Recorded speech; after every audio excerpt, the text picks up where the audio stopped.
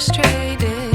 Hello to my loneliness. I guess that ignorance is bliss. Take me back to before the noon. Rewind, take it out of cue.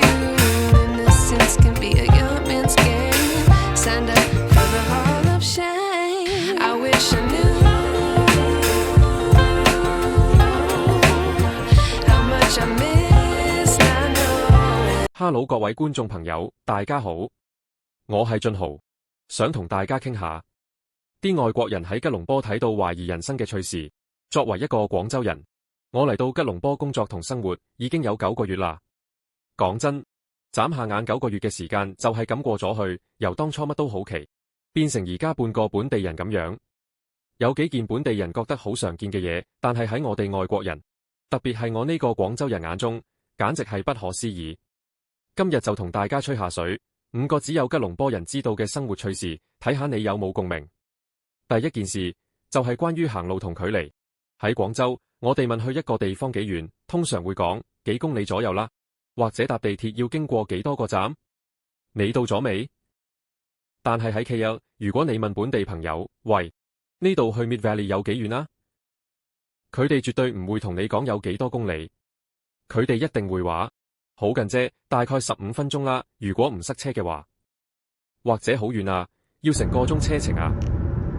嚟到呢度我先明白，千祈唔好相信企有人講嘅好近啫，佢哋口中嘅好近，係一定要揸車去嗰度。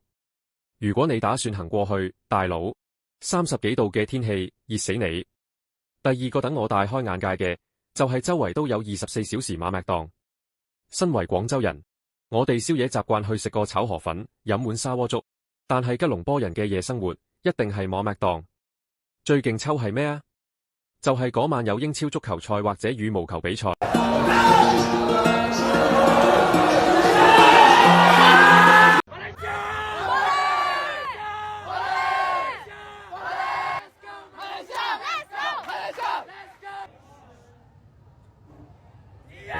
成個馬麥檔，三唔識七嘅人會一齊拍台，歡呼大叫，呢種嘅氣氛真係超正。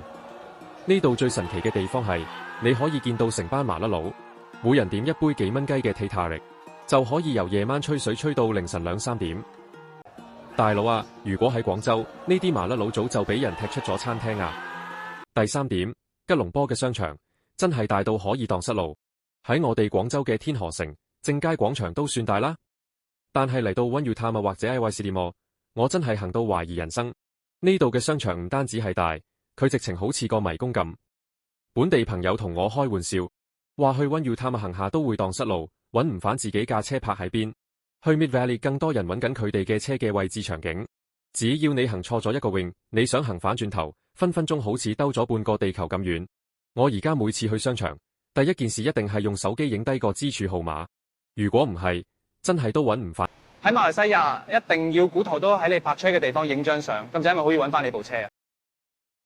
不過話時話，KL嘅商場冷氣真係好凍，入去避暑行路，連去公園散步嘅步數都慳返。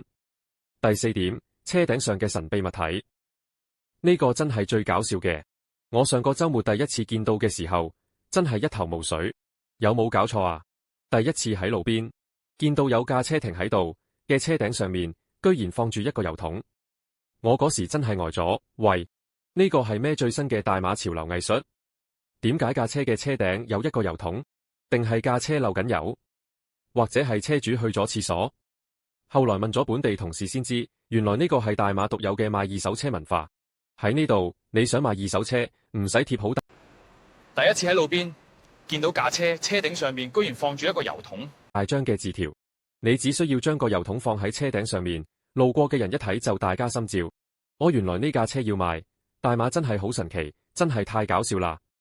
最後一點，初嚟報到大馬幾個月，除咗呢度嘅美食同熱情，最令我震撼嘅，居然係街頭巷尾，甚至後巷牆上都貼好多大白紙廣告，上面明明寫住合法快速貸款3%，但係本地朋友一聽，居然叫我千祈唔好打俾佢哋。究竟呢啲滿街嘅廣告背後隱藏住咩大馬街頭文化？係大耳窿或者是另有玄機？我真係估唔到，馬來西亞周圍都有大販啦，或者係大耳窿。好啦，以上就係我呢個廣州人俊豪喺吉隆坡生活咗9個月，總結出嚟嘅5個本地趣事。雖然文化、生活習慣同廣州好唔同，但正係好神奇又好玩啲細節，令我覺得吉隆坡呢個城市特別有人情味，生活落去都幾有樂趣。各位大馬嘅老闆，或者同我一樣喺大馬做緊嘢嘅朋友，你哋仲知唔知有咩其他只有本地人鮮明嘅趣事呢？歡迎喺下面留言話我知。好啦，今日條片就分享到呢度。如果你中意嘅話，千祈唔記得訂閱、點讚同分享。我哋下條片再見，拜拜。